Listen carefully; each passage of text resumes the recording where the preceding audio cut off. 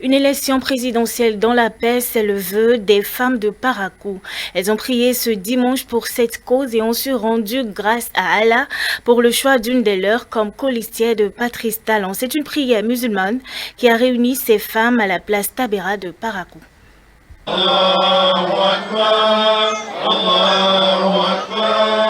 Prière d'action de grâce au champ de foire de la cité des Comorous ce dimanche matin.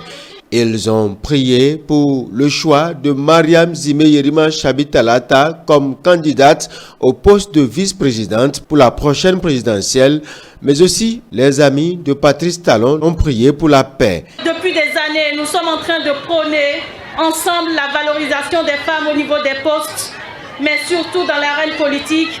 Patrice Talon a dit plus que des paroles, il faut des actes. Et il en est le premier à porter la femme comme vice-présidente. Et d'ailleurs, il a montré le chemin à tous les autres qui nous envient et qui ont décidé de mettre les femmes comme colistières, n'est-ce pas? À travers le choix, tous les fils de Parakou se reconnaissent d'ailleurs. C'est nous tous ici réunis qui sommes choisis par le président Patrice Talon. Parce que c'est notre maman, c'est notre soeur, c'est notre femme, c'est notre épouse qui est choisie. Donc c'est nous qui sommes choisis.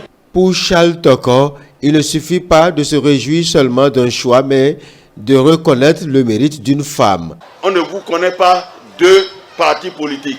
On vous a toujours connu un seul parti politique depuis plus de 20 ans. C'est votre lutte qui a payé. Vous êtes un exemple de fidélité. Vous êtes un exemple de dévouement et vous êtes un exemple de combativité. C'est votre fidélité, votre détermination qui vous ont placé là où vous êtes. Votre lutte a payé.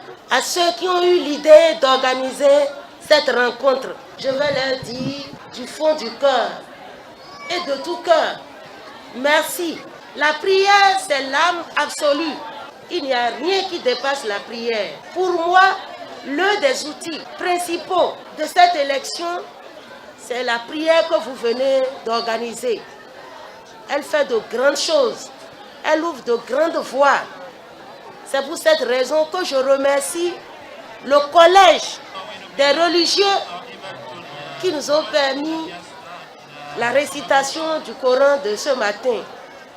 Que le Seigneur, le clément, le miséricordieux, qu'il exauce toutes les prières qui ont été lues ici, qui nous accorde la santé, qui nous accorde la santé, qui nous accorde la santé, la paix et la bonne réalisation de ces élections-là. Avant le 11 avril prochain, pendant la période du scrutin ou même après l'élection, il faut cultiver des comportements de paix.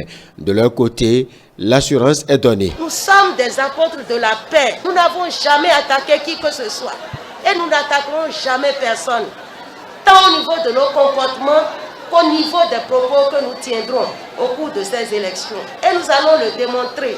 La place de la couleur blanche dans l'habillement observé ce dimanche pouvait déjà définir l'élan que l'on accorde à la paix lors de cette période.